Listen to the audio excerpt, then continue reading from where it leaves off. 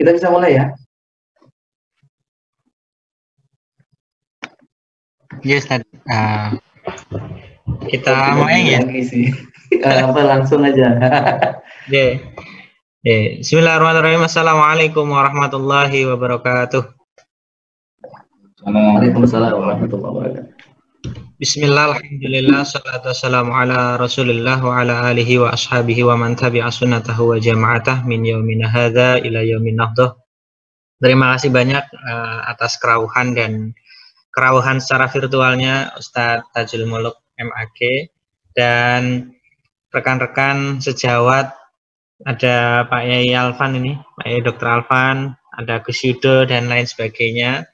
Teman-teman di keluarga Nahdliyin FKUII, alhamdulillah kita bisa kembali berjumpa secara virtual di Zoom ya, di ruang Zoom ini untuk kembali mengalap barokah ya, mengambil keberkahan dari karya-karya para ulama, dari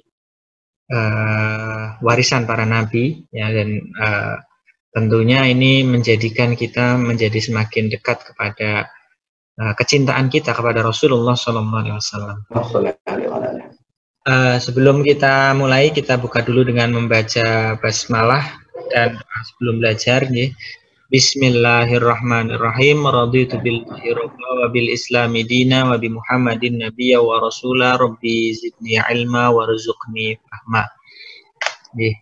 Kami lanjutkan untuk ke acara inti ya, untuk pembacaan kitab dan penjelasannya oleh beliau Ustadz Tajul Muluk. Kami persilahkan. Monggo Ustadz. Oke. Baik ya. Assalamualaikum warahmatullahi wabarakatuh. Bismillah walhamdulillah wassalatu wassalamu ala rasulillah Sayyidina Muhammad ibni Abdullah wa ala alihi wa sahbihi wa mawalah wa la hawla wa la quwwata illa billah. Amma ba'd, rabbi shrah li sadri wa yassir li amri wahlul 'uqdatam min lisani yafqahu qawli. Amin. Teman-teman semuanya yang hadir pada perjumpaan virtual kita malam hari ini perjumpaan kita yang kedua sebelum kita masuk ke bulan Ramadan.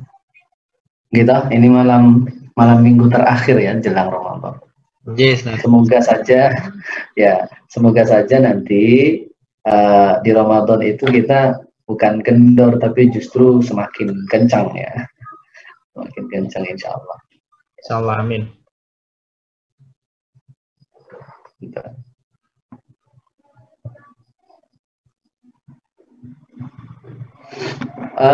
Malam hari ini saya bermaksud untuk melanjutkan. Kalau kemarin itu sebenarnya baru istilahnya stalking aja ya kita, karena nggak runut gitu. Bahasannya kemarin itu masih sangat amburadul sekali. Dan malam hari ini kita mengikuti alur bahasan Al-Ghazali. Tadinya saya mau ambil poin-poin tertentu, tapi kok pas di bagian ini rasanya kita memang harus rodok runut ya, rodok sabar bacanya, karena memang disinilah tahap awal Al-Ghazali itu istilahnya mengaduk-ngaduk emosi kita ya. Makanya tadi saya sampaikan itu kita harus mencoba untuk mengalir bersama bahasan Al-Ghazali. Kita ikutkan dulu sebelum kita menggunakan nalar kritis kita ikut dulu bagaimana Al-Ghazali itu membawa nuansa sofistiknya itu kemudian sampai juga kepada kita bisa ikut di situ. Baik, sudah di-share di screen itu, kita ke halaman 44-45 ya, 44-45. Kita memulai dari halaman itu ya.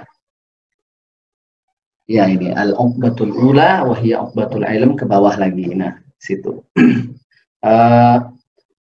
Baik, Al-Ghazali memulai dalam bahasan tentang ilmu itu dengan mengutip dua ayat. Kita sudah bacakan kemarin, ada di layar itu. Kemudian Al-Ghazali menyimpulkan di bawah, fa idza alimta dzalik, kata beliau di bawahnya, kalau kau sudah tahu apa yang sudah disebutkan di atas, maka fa'lam, ketahuilah, annal ilma asyraful jauharaini wa afdaluhuma, ya, bahwa ilmu itu adalah yang paling mulia dan paling utama dari dua permata. Permata itu, kalau jadi orang Arab ataupun Al-Quran, bahkan Al-Quran atau hadis, mengumpamakan sesuatu yang tak ternilai itu, atau sesuatu yang ghali, sesuatu yang tinggi nilainya itu, dengan kata jauhar, dengan kata mutiara, kata intan. Mutiara itu, kalau kita tidak bicara konteksnya hari ini, ya, dalam konteks masa lalu, orang baru tahu, baru bisa dapat mutiara kalau dia bisa menyelam ke dasar lautan.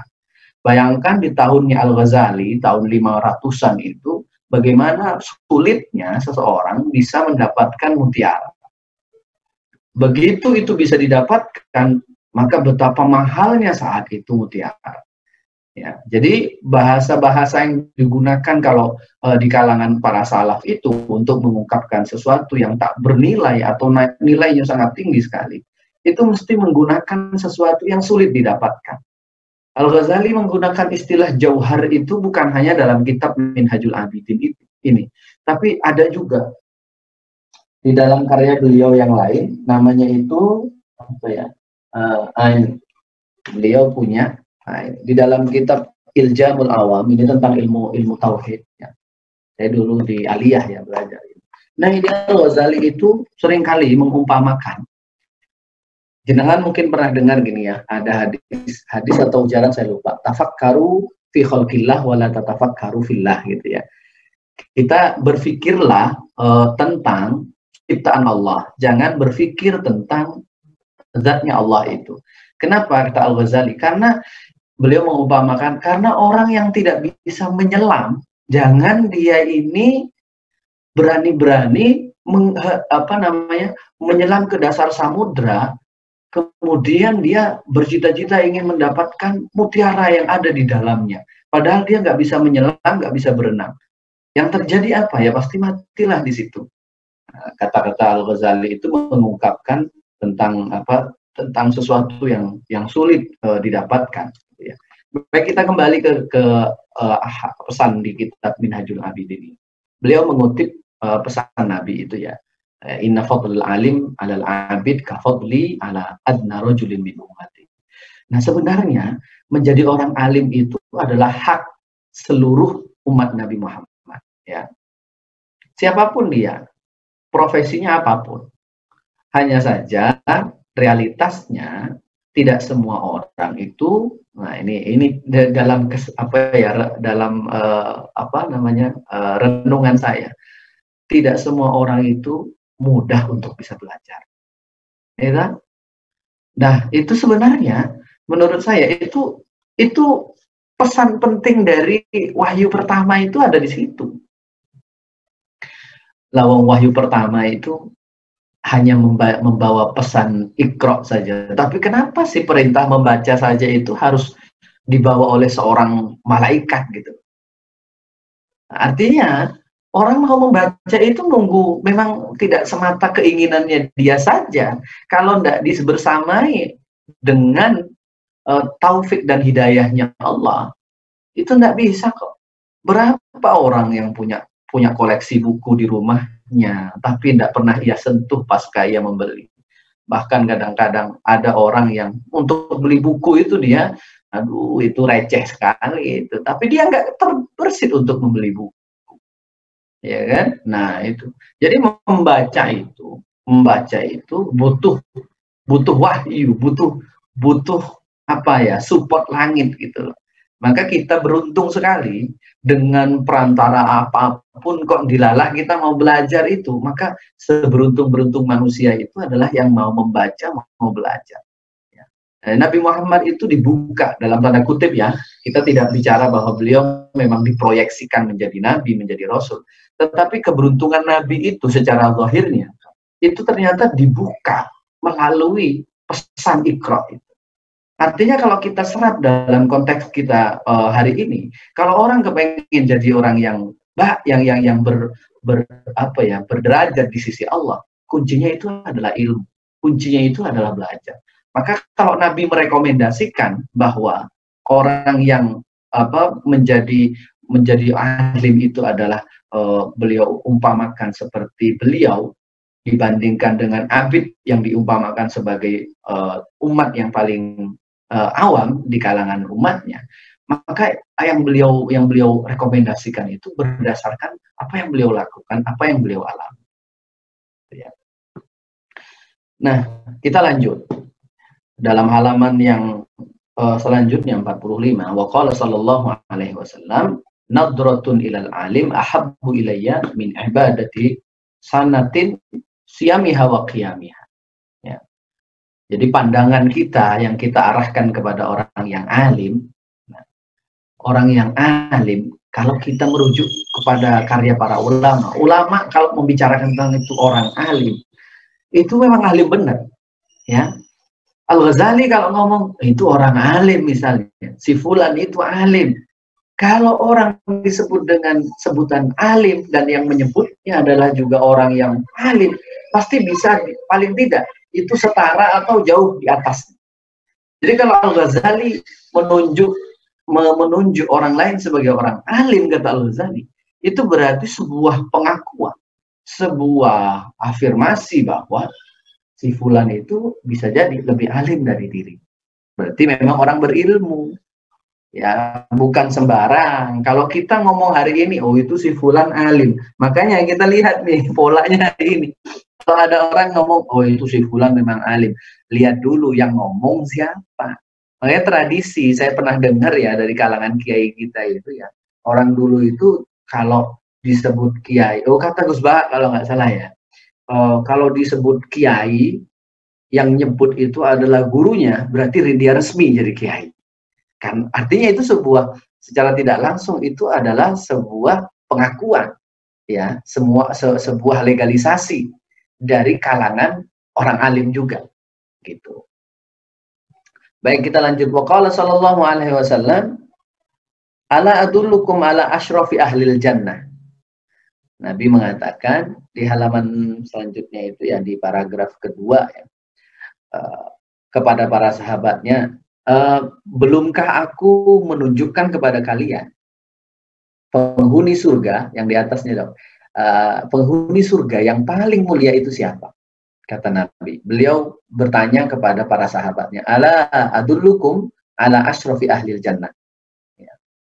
Kemudian para sahabat bertanya, bala ya Rasulullah, nggih Kanjeng Nabi jenengan dereng nyebutaken sinten niku orang yang kelak di akhirat itu masuk ke dalam surga dan dia kelasnya itu kelas VIP ya, atau bahkan VVIP. Qala hum ulama ummati. Ya, ya. Jadi kata Nabi itu adalah ulama dari kalangan umatku. Ini luar biasa. Makanya ulama itu besok ya posisinya itu ma'al anbiya wal mursalin wasyuhada'i wassalih. Karena ulama itu bisa masuk ke dalam berbagai berbagai kelas ya. Ya. Masuk ke orang-orang kalangan solihin, kalangan syuhada ya, karena pejuang agama Allah itu juga termasuk syahid fil akhirah gitu ya, walaupun tidak syahid fil dunia, atau bisa jadi dapat dua-duanya, syahid fil dunia wa syahid fil akhirah misalnya, seperti Syekh Said Ramdan Al-Buti itu dapat dua-duanya ya, karena yang pertama beliau syahid karena beliau dibunuh ya dengan bom itu, yang kedua beliau itu juga adalah pejuang agama ya, karena beliau itu luar biasa. Maka beliau itu sekarang kalau jenengan membuka pernyataan para ulama menyebut siapa Syekh Said Ramdan Al-Buti itu dengan kata asyhid ya. Jadi ulama itu bisa disebut dengan asrafu ahlil jannah, semulia-mulianya penghuni surga ya, karena para ulama itu dengan ilmunya yang benar, pengamalan ilmunya yang benar, itu bisa tergolong dalam berbagai kelompok para ahli jannah. Fabana laka annal ilma asrafu jawharan minal ibadah. Maka menjadi nyata, menjadi jelaslah bagi kita bahwa ilmu itu menjadi mutiara yang paling berharga, bahkan itu jauh lebih berharga minal ibadah. Ya. Nadham Zubat, ya, itu kita paling sering kita dengar dari para kiai, para ulama kita, ya, yang berbicara tentang ini. Tentang apa? Tentang pentingnya ilmu yang jauh melebihi pentingnya ibadah. Walakin, tetapi kata beliau, la budda lil abdi minal ibadah ma'al ilm. Ya. Tetapi walaupun ilmu itu jauh lebih mulia daripada ibadah, ya, wajib bagi seorang hamba agar ketika dia beribadah itu disertai dengan ilmu. Nah, ini yang saya tekankan tadi itu. Ya. Ibadah yang tidak disertai ilmu itu berbahaya. Ya. Begitu juga ilmu yang tidak diwujudkan dalam bentuk ibadah itu juga berbahaya. Sehingga Al-Ghazali mengatakan, wa illa, kalau tidak berilmu dan berilmu tapi tidak ibadah, kana ilmuhu haba'an mansura, maka ilmunya akan menjadi haba'an mansura. Nanti di bawah beliau juga ngulang lagi ini, haba'an mansura. Haba'an mansura ini ada di dalam surah Al-Furqan, ya. Wa qadimna ila ma amilu min amalin faj'alnahu haba'an mansura. Nah, ini adalah dalam surah Al-Furqan, ya, yang intinya Allah begini sampaikan, bahwa besok amal ibadah manusia itu tiba-tiba akan ditampakkan, ya. Ketika ditampakkan amalnya itu, wa qadimna ila ma amilu min amalin faj'alnahu haba'an mansura. Jadi ini kita diajak berimajinasi oleh Al-Qur'an. Tiba-tiba misalnya ini suhuf, ya, catatan amal, ya. Begitu disampaikan ke kita, dibuka, ternyata langsung ngeblur habis, ya. Kayak film-film peri-perian gitu, ya, filmnya anak-anak, tiba-tiba menjadi debu yang berterbangan. Waduh, itu panasnya kayak apa? Dan itu posisinya posisi lockdown yang sebenarnya lockdown di akhirat. Artinya sudah tidak bisa melakukan apapun. Jadi kalau kita bahasa lockdown itu kan bagi orang NU itu jelas, ya, sering disebutkan, ya, walaupun tidak, kalimatnya tidak lockdown tapi maknanya itu lockdown itu. Dalam ketika kita yasinan, al-yauma nakhtimu ala afwahihim wa tukallimuna aydihim wa tashhadu arjuluhum bima kanu yaksibun. Ketika seseorang sudah nggak bisa melakukan apa-apa, ya. Nah, kira-kira seperti itu. Baik, kita lanjut. Ya, jangan sampai kata Al-Ghazali, ya, kana ilmuhu haba'an mansura. Ya, itu yang harus kita waspadai, siapapun, ya, terutama saya orang yang bisa sangat terancam, ya, sebagai orang yang haba'an mansura. Maka saya sangat berterima kasih kepada teman-teman, kepada Dr. Jim dan dokter yang lainnya. Saya diajak untuk bisa belajar bersama, karena kalau enggak ini, ya, jadi nguap, ya, pengetahuan itu jadi nguap. Baik, fa innal ilma bimanzilati syajarah. Ilmu itu sama halnya dengan syajarah, sama halnya dengan pohon. Wal ibadah, sedangkan ibadah itu bimanzilati samarah. Ya, kita putus saja di situ karena belakang itu lengkap saja. Ya, jadi ini indahnya, ya. Ini menunjukkan juga kalimat seperti ini tentang kealiman Al-Ghazali itu di bidang ilmu bahasa juga. Fa innal ilma bimanzilati syajarah wal ibadah bimanzilati samarah. Nah, bunyinya itu loh. Nah, itu keren. Nah, ini kalau bukan orang yang alim dalam ilmu linguistik nggak bisa kayak gini. Nah, kata beliau, fasyajarah fasyarafu lisyajarah. Kemuliaan itu memang ada di pohonnya, ada di ilmunya. Karena apa? Karena dia adalah al-aslu. Dia yang menjadi muara. Lakinnal intifa bisamratiha. Tapi kenyataannya yang bisa diambil manfaat itu adalah buahnya. Gitu, ya. Sebab itu kata Al-Ghazali, fa'idzan labudda lil abdi minal ibadah liyaslima lahu syaraful ilmi wa la budda an yakuna lahu min kullal amrayni hazzun wa nasib. Ya.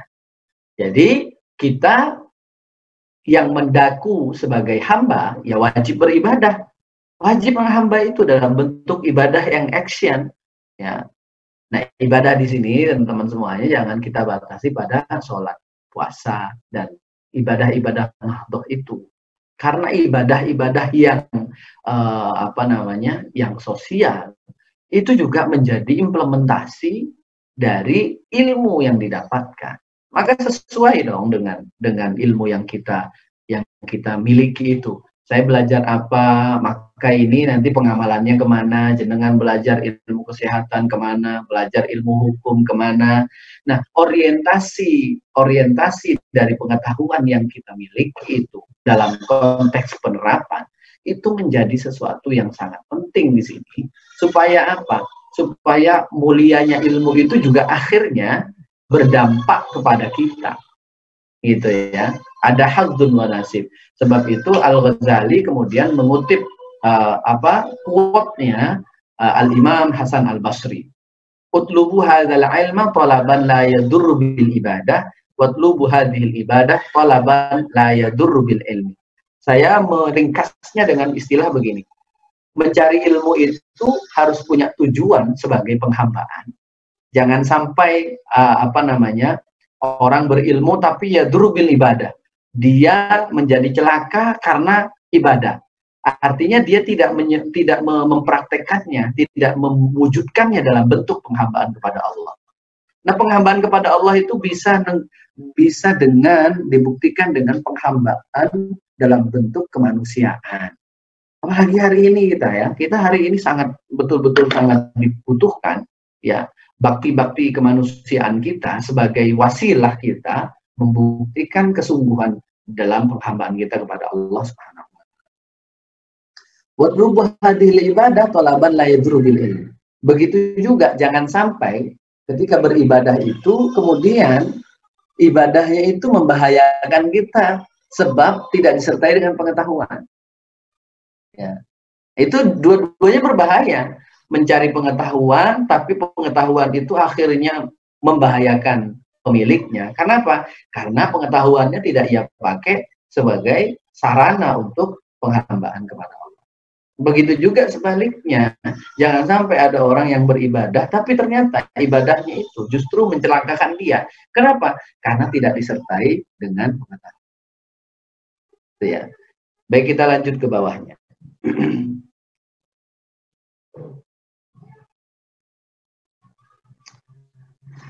Walamma istaqarra annahu la budda lil 'abdi minhuma jami'an. Ketika sudah dipastikan bahwa keduanya itu mau tidak mau harus kita miliki, ya, berilmu, beribadah, fal ilmu aula bit taqdim la mahala, ya. Itu tidak bisa lagi dipungkiri, tidak bisa di apa istilahnya ya. Kita lari dari situ bahwa ilmu itu sesuatu yang utama. Itu harus kita utamakan, kita dahulukan. Kenapa? Li'annahul aslu wad dalil, karena ilmu itu adalah guide kita ya. Nah, ilmu itu adalah guide. Walidzalika qala sallallahu alaihi wasallam al-ilmu imamul amal wal amal tabi'uhu. Ilmu itu adalah imam dari amal, sedangkan amal itu makmum dari imam. Dari ilmu. Wa inna ma sa'al ilmu aslan madbu'an yalzamu taqdimuhu 'ala al-ibadah li amrayn. Kenapa ilmu itu menjadi sesuatu yang harus kita jadikan penuntun jalan hidup kita dalam hal apapun? Kenapa kok harus ilmu yang menjadi aslan madbu'an? Ada dua hal kata beliau. Kata Al-Ghazali, yang pertama ahaduhuma litahsila lakal ibadah wa taslima. Yang pertama adalah agar kita bisa beribadah dan agar menjadi orang yang selamat. Orang yang selamat itu ya dengan ilmu. Orang yang berpengetahuan itu peluang selamatnya jauh lebih besar daripada yang tidak berpengetahuan. Beliau akhirnya mencontohkan, fa'innaka awwala, bagi umat Islam, bagi orang yang mengaku beriman, maka yang pertama kata Al-Ghazali, yajibu alaika an ta'rifal ma'buda summa ta'buda. Ya tentu ketika kita hendak menghamba, yang harus diketahui pertama kali adalah siapa yang kita jadikan sesembahan dan bagaimana kita menyembah. Kaifa ta'budu man la ta'rifuhu bi asma'ihi wa sifati dzatihi. Ya.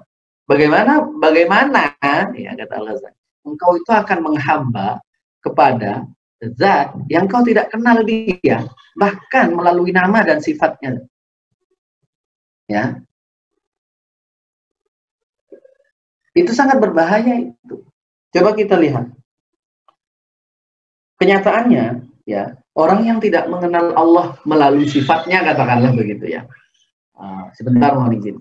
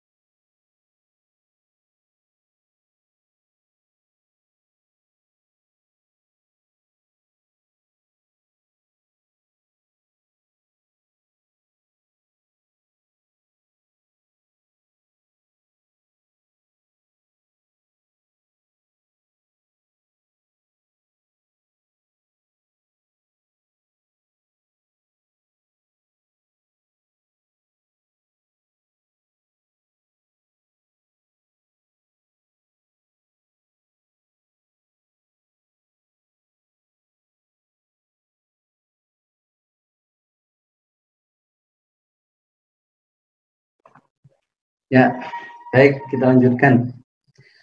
Nah, coba kita sampai tadi orang yang tidak mengenal Allah misalnya melalui sifatnya, misalnya melalui sifat Allah yang wajib saja yang 20 gitu ya. Nah, itu bahayanya itu luar biasa kerasa. Bagaimana seorang yang nampaknya dia beribadah tapi ternyata dia kenyataannya seolah tidak merasa diawasi oleh Allah. Ya, padahal Allah itu mengulang dalam sifat wajibnya itu ya tentang alim, aliman, sami'an, basar, basiran, ya, sifat kemahatauan Allah itu loh. Tiba-tiba terabaikan begitu saja ya dalam apa praktek ibadah sosialnya misalnya. Itu kan sangat disayangkan sekali ya. Sesekali nampak dia beribadah ya. Jadi istilahnya itu dia hanya tahu kehadiran Tuhan dalam sholatnya saja, atau bahkan dalam sholatnya pun kadang tidak tahu tentang kehadiran Tuhan. Dia hanya merasa terawasi ketika di masjid saja. Begitu di ruang-ruang selain ruang spiritual dia merasa tidak diawasi oleh Tuhan. Ya karena memang mungkin tidak mengenal Tuhan itu secara runut gitu ya, termasuk melalui nama-namanya, melalui sifat-sifat wajib. Maka kita beruntung loh kalau misalnya kita hidup di lingkungan orang-orang yang mengenalkan Allah kepada kita itu secara rinci, termasuk melalui mengenalkan melalui nama-namanya. Beruntung sekali Allah wujud, qidam, baqa, misalnya seperti itu. Kita akhirnya mengenal Allah itu rodo lengkap paling tidak gitu ya. Karena ada apa namanya pengenalan itu melalui sifat-sifatnya dan nama-nama. Wa ma yajibu lahu wa ma yastahilu fi na'tihi gitu ya. Farubbama ta'taqidu fihi wa fi sifatihi syai'an. Wal iyadzu billah mimma yukhaliful haqqa. Akhirnya terjadi ini loh. Wal iyadzu billah mimma yukhaliful haqqa. Akhirnya ada orang-orang yang memaknai ayat-ayat Al-Qur'an itu yang justru yukhaliful haqqa, yang bertentangan dengan bagaimana Allah itu sendiri. Ya, misalnya memaknai Allah dengan sifat-sifat yang hudus, ya, yang sama dengan makhluknya. Ya karena memang sebagian dari umat Islam itu mempelajari ilmu tentang tauhid itu yang tidak sama, ya. Misalnya hanya apa namanya, kita ngomong asma wa sifat ya dalam konsep Wahabi misalnya. Nah, asma wa sifatnya Wahabi itu kenyataannya kalau kita lihat teman-teman yang belajar itu ya, saya beberapa kali ngisi di FK juga ya, teman-teman yang mengajukan untuk belajar ilmu tauhid misalnya kalam. Dan itu kan tidak dalam ketika mereka pernah mengajukan ke saya itu untuk mengkaji kitab Ushulus Salasah yang itu menjadi ilmu kalamnya orang-orang Wahabi.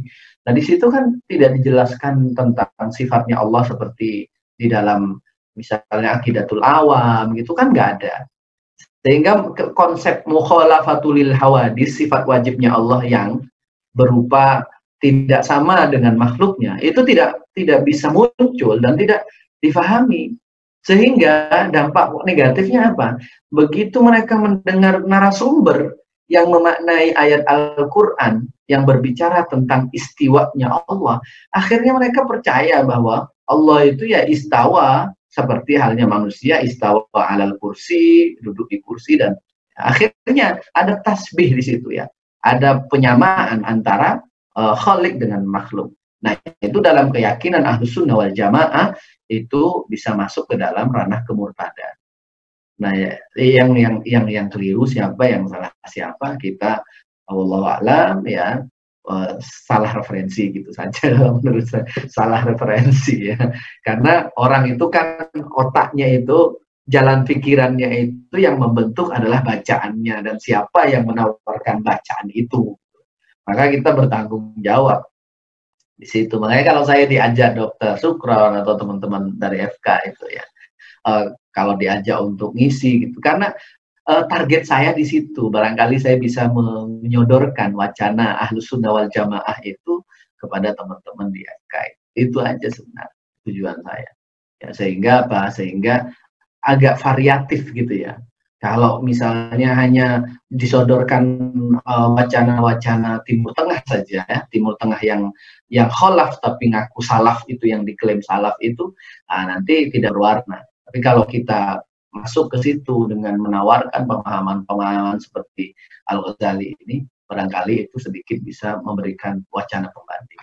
Baik, kita lanjut. Akhirnya kata Al-Ghazali, kalau orang itu ya ibadahnya itu tidak disertai ilmu, maka fatakunu ibadatuka haba'an mansura. Sama dengan yang di atas tadi. Ya kan? Maka ibadahmu akan menjadi debu yang berterbangan. Nah, di atas itu ilmumu akan menjadi debu yang berterbangan, yang di bawah ibadahmu menjadi debu yang berterbangan. Jadi dua-duanya itu sama-sama berpotensi menjadi debu yang berterbangan ketika apa? Ketika keduanya tidak dikolaborasikan. Nah, coba nih, secara internal saja kita diajak kolaborasi loh. Mengkolaborasikan antara ilmu dengan amal, amal dengan ilmu. Nggak bisa jalan sendiri, gitu ya.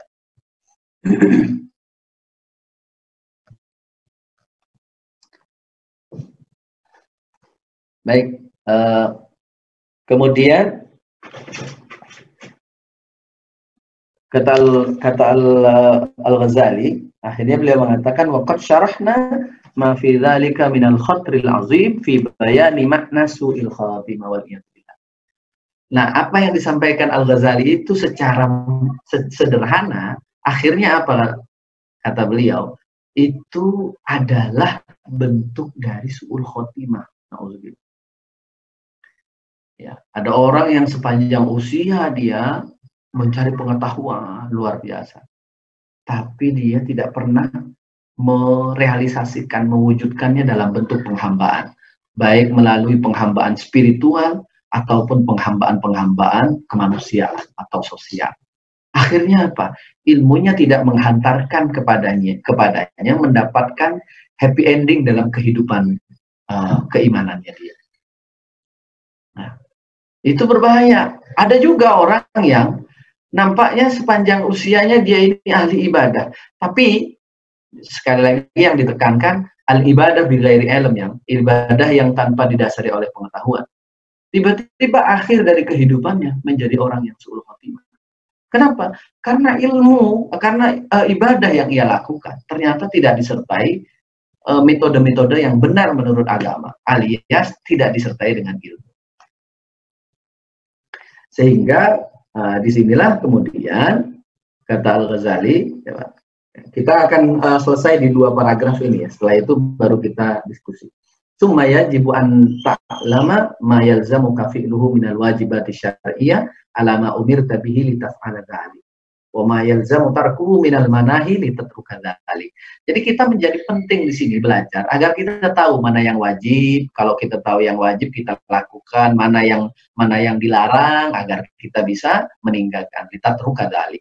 Wa illa, kalau kita tidak tahu tentang, tidak bisa memilah mana yang wajib, mana yang dilarang, mana yang diperintahkan, mana yang dilarang, itu menjadi berbahaya. Contoh gini ya, di dalam dunia dakwah ya, mungkin kita temui. Ada orang saking kepengennya berdakwah, akhirnya dia bisa saja menyerang pribadi orang. Yang diserang bukan orang lain, yang diserang itu sama-sama umatnya Nabi Muhammad. Kenapa dia menyerang? Ya karena dia dakwah itu dia tidak komprehensif tentang ilmunya. Bolehkah semata karena ingin menyampaikan kalimat Allah, kemudian menghabisi orang lain yang juga sama-sama berikrar mengimani Allah?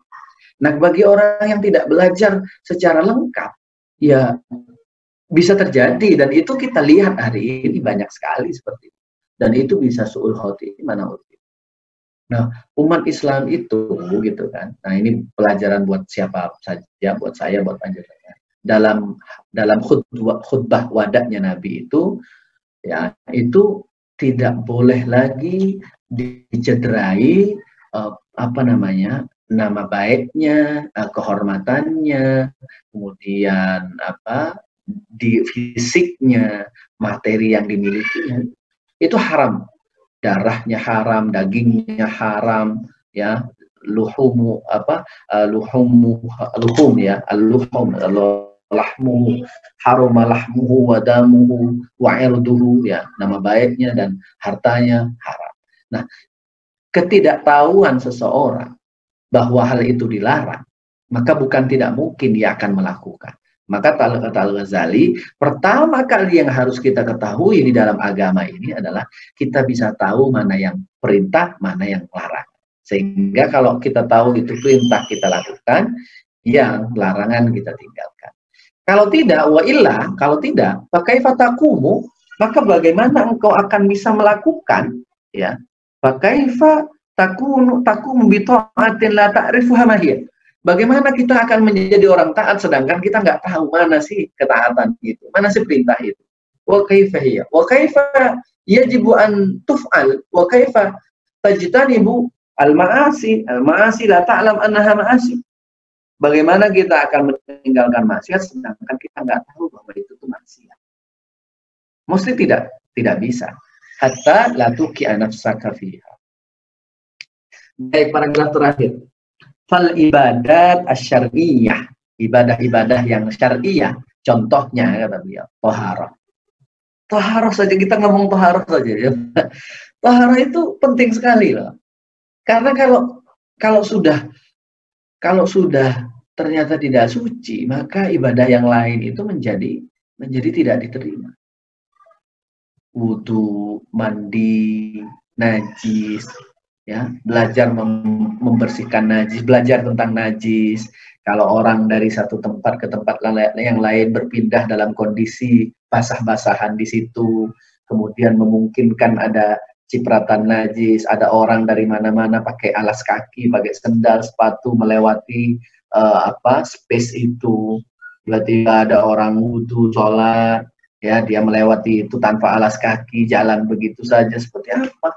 Kalau ternyata dia sudah berwudu, sudah suci dalam bentuk non fisiknya, tapi ternyata ada najis yang nempel di badannya, nah, ibadahnya sia-sia. Jadi ibadah toharoh di sini menjadi penting, bukan halah belajar bab toharoh lagi toharoh.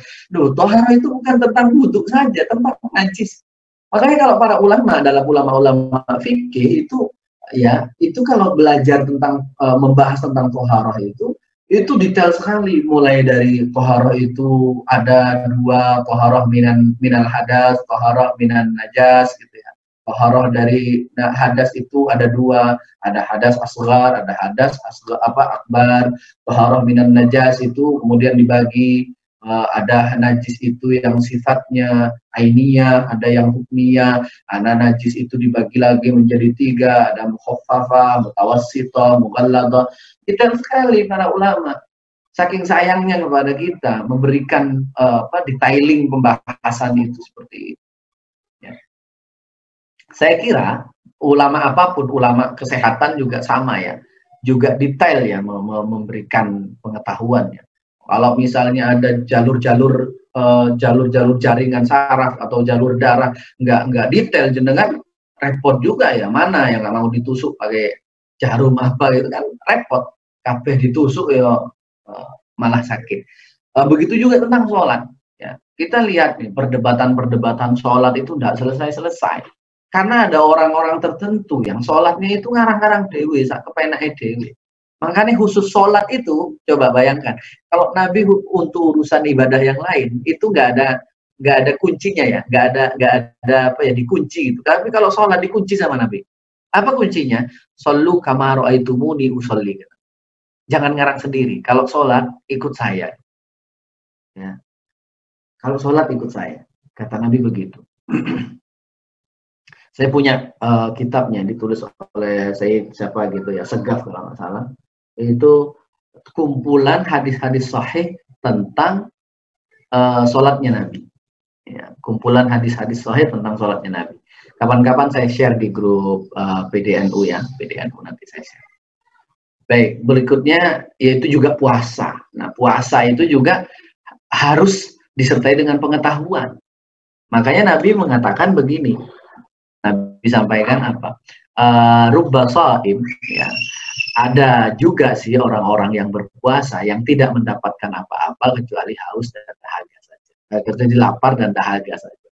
Nah, itu karena pengetahuan tentang puasa itu tidak lengkap. Kalau kita pakai pendekatan sufistik, aduh, puasa kita itu masuk enggak ya? Aduh, bisa jauh sekali gitu loh. Ya, bayangkan ada golongan tertentu pada kelas spiritual tertentu. Dalam puasanya itu dia bermaksiat secara batin saja, dia menganggap puasanya sudah nggak sah, sudah batal. Nah, makanya kalau Al-Ghazali itu mengelompokkan puasa itu dengan 3 kelas ya. Ada saumul awam, saumul khawas, ada khawasul khawas, sampai ada 3 gitu ya, level puasa itu. Nah, entah kita pada level yang mana gitu ya. Yang jelas kalau yang dari bawah itu sering kali. Yajibu, nah, kata Al-Ghazali ya, yajibu an ta'lamaha ya, bi ahkamiha wa syara'itiha hatta tuqimaha. Jadi ilmu yang berkaitan dengan hukum, syarat dan bagaimana pengamalan atau pelaksanaan dari ibadah-ibadah syariah itu harus ya kita pelajari. Jadi itu penting ya. Saya sering mengatakan begini kepada jamaah tempat-tempat yang lain. Kenapa sih dalam urusan yang lain kita benar-benar meluangkan waktu untuk belajar di bidang-bidang yang lain, benar-benar dibela-belain. Tapi urusan sholat, urusan ibadah-ibadah wajib itu kok kayaknya males-males, asal-asalan. Alah paling sholat itu ya caranya koyo ngene gitu ya, enggak perlu detail-detail belajar. Padahal kalau detail belajar itu tentang sholat itu ya enggak selesai sebulan 2 bulan loh. Ya, bahkan ya kita cukup mengapresiasi apapun tujuannya, tetapi sampai ada ustadz ya, di Surabaya kalau nggak salah yang mengadakan pelatihan sholat khusyuk di hotel-hotel seperti itu, karena itu penting memang. Ya, karena di zaman Nabi pun ada loh orang sholat itu yang alal maujud seadanya. Ya, seperti hadis tentang apa itu, Nabi melihat ada orang lagi sholat, dia pegang-pegang jenggotnya. Sampai Nabi bilang apa? Lau khasya'at qalbu hadza la khasya'at jawari. Seandainya orang ini hatinya khusyuk, niscaya anggota tubuhnya juga khusyuk. Nah, kita melihatnya itu hari ini. Mungkin ya kalau dalam bahasa bahasa yang ngetren ya di kalangan kita, mungkin yang kita temui tidak menggerak-gerakkan tangannya, megang janggut, tapi kakinya yang jalan nyari kaki, itu juga tidak khusyuk. Ya kan? Taswif itu qabla takbiratil ihram. Itu harus kita catat. Kita sampaikan kepada adik-adik kita, kepada teman-teman kita. Boleh ya ketat dalam hal meluruskan soft, tapi itu pra takbiratul ihram. Kalau sudah takbiratul ihram, jangan lagi ngurusi taswiyatus sufuf. Karena selesai, haram jadinya. Ya. Selesai sujud, mau berdiri lagi, kaki jalan lagi. Kenapa ngurusi itu lagi? Dalam sholat, sudah konsen sholat. Tidak perlu ngurusi taswiyatus sufuf dalam sholat. Karena taswiyatus sufuf itu sunnah qabla takbiratul ihram. Sebelum takbiratul ihram. Gitu. Kemudian, farubbama anta muqimun ala syai'in sininan wa azmanan mimma yufsidu alaika taharataka wa salawatak. Tadi kita sampai baca di awal itu. Barangkali kata Al-Ghazali, engkau melakukan sesuatu bertahun-tahun, berwaktu-waktu dalam waktu yang lama, tapi ternyata mimma yufsidu alaika taharataka wa salawat. Au yukhrijuhu ma'an kaunihima waqi'ataini ala wafaqi sunnah wa anta la tash'ur bidzalik. Kau melakukan ibadah bertahun-tahun tapi ternyata rusak semuanya, atau tidak sama dengan sunnahnya Nabi, tapi ini catatannya, wa anta la tash'ur bidzalik. Engkau nggak sadar bahwa itu tidak sesuai dengan tuntunan Nabi. Kenapa? Ya karena nggak tahu. Perubahan taridulaka muskilun, atau sebenarnya engkau mendapatkan kesulitan. Wala tajidu, dan engkau tidak menjumpai. Wala tajidu, engkau tidak bertemu dengan siapa? Mantas aluhu, dengan orang yang bisa kita tanyai. Maka kita bersyukur ya kalau kita dipertemukan dengan seorang guru. Saya ditakdirkan oleh Allah bisa belajar di pesantren, bisa ketemu ustadz, bisa baca literatur para ulama. Itu beruntung. Jadi setiap ketika kita ini oleh Allah diberi jalan untuk dikenalkan ke fulan, tiba-tiba kenal ke fulan, akhirnya bisa belajar fikih, belajar ilmu agama. Itu keberuntungan yang luar biasa. Paling tidak itu suatu awalan bahwa, oh iya ya, jangan-jangan akhirnya ada kecurigaan pada diri sendiri. Jangan-jangan saya masih salah nih baca Fatihah. Jangan-jangan saya masih salah nih cara wudhunya. Lah, gugahan kesadaran seperti itu, paling tidak itu kita bisa maknai sebagai apa? Sebagai pintu awal menuju keselamatan. Baik itu, Dr. Jim, kita bisa perdalam dalam diskusi kita selanjutnya. Itu pengantar dari saya. Terima kasih. Terima kasih banyak Ustadz atas limpahan ilmunya. Monggo dari para pendengar virtual ngaji online ini, monggo silahkan kalau ingin bertanya. Silakan, Dr. Alvan, monggo. Assalamualaikum, Ustaz ya. Assalamualaikum warahmatullahi wabarakatuh. Sehat, Dokter. Bagaimana kabarnya, sehat ya? Alhamdulillah sehat, Dokter. Ya, mudah-mudahan sehat. Ini Ustaz mau menanyakan, tadi kan ada tingkatan-tingkatan untuk ulama itu di jannah ini VIP, bahkan VVIP. Karena ketinggian ilmu mereka, perdalaman ilmu mereka ini sungguh luar biasa. Nah sekarang bagaimana dengan kita-kita ini untuk bisa mengamalkan ilmu, untuk bisa menduduki jannah begitu yang atau mungkin hanya sesuai yang kadar ilmunya pas-pasan, tetapi ingin berada di tempat yang baik. Ataukah memang ya sesuai kadarnya? Kalau memang ilmunya pas-pasan ya di situ. Apakah tidak ada dispensasi? Ini pas-pasan itu mencarinya itu sungguh sangat luar biasa.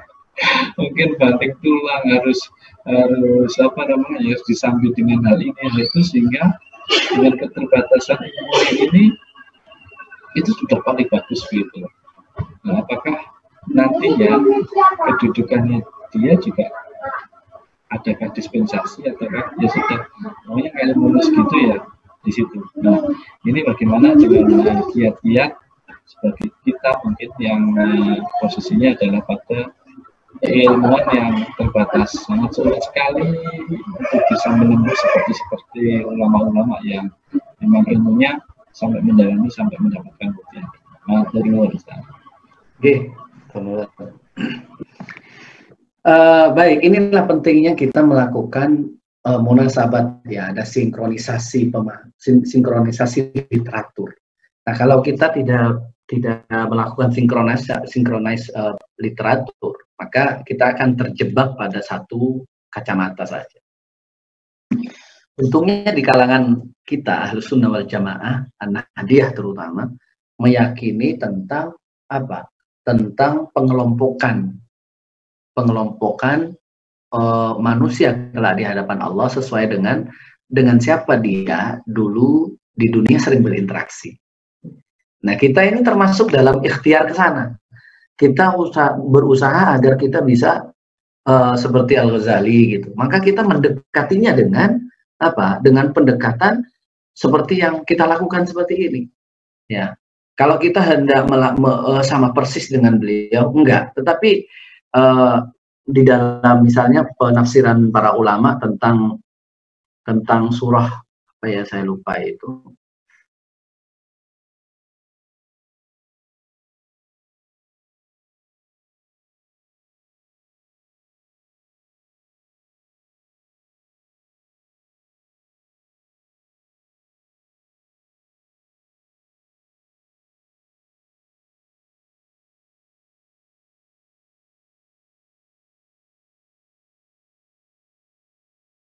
Dari pengetahuan yang dituangkan kepada kita, tetapi karena kecintaan kita dan kesungguhan kita dengan yang bersangkutan, dengan beliau, di akhirat pun kita akhirnya dikumpulkan dengan beliau.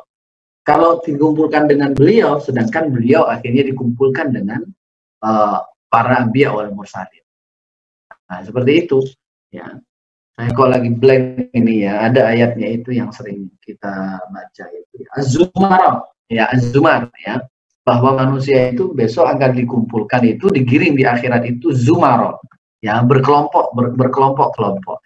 Nah, kita berharap bahwa kita mungkin tidak dikumpulkan dengan nabi karena kita sendiri, tapi kita berkumpul dengan orang yang dikumpulkan dengan nabi. Ya, kita sangat meyakini bahwa para salafus soleh kita yang ikhlas di dalam menyebarkan ilmu, di dalam menjadi panutan dalam ibadah, itu mereka adalah orang-orang yang punya posisi yang baik, posisi yang tinggi di hadapan Allah. Terutama mereka akan dikumpulkan ma'al anbiya wal mursalin. Nah, kita berharap dikumpulkan dengan orang yang dikumpulkan dengan anbiya wal mursalin.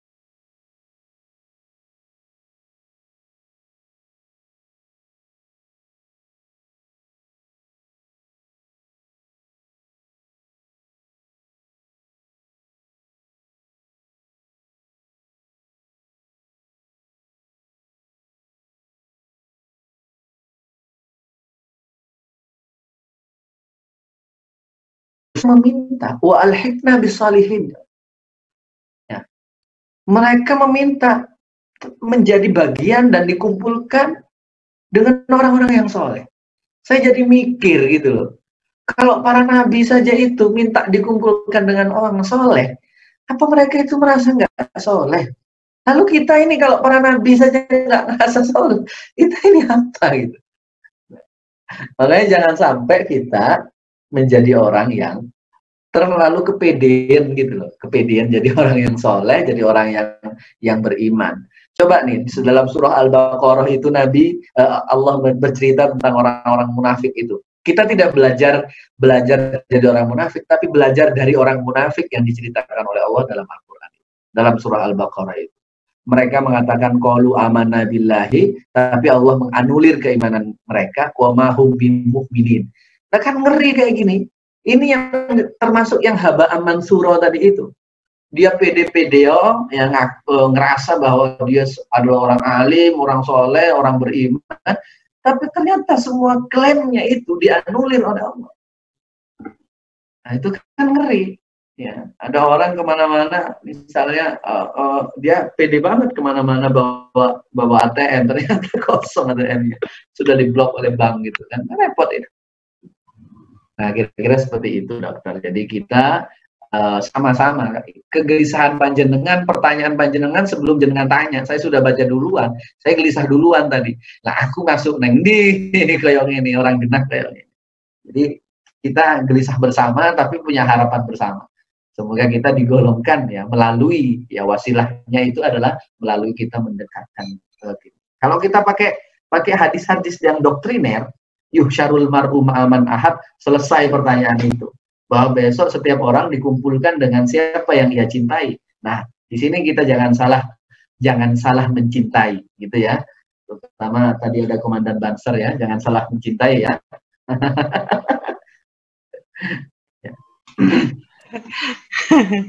Yeah.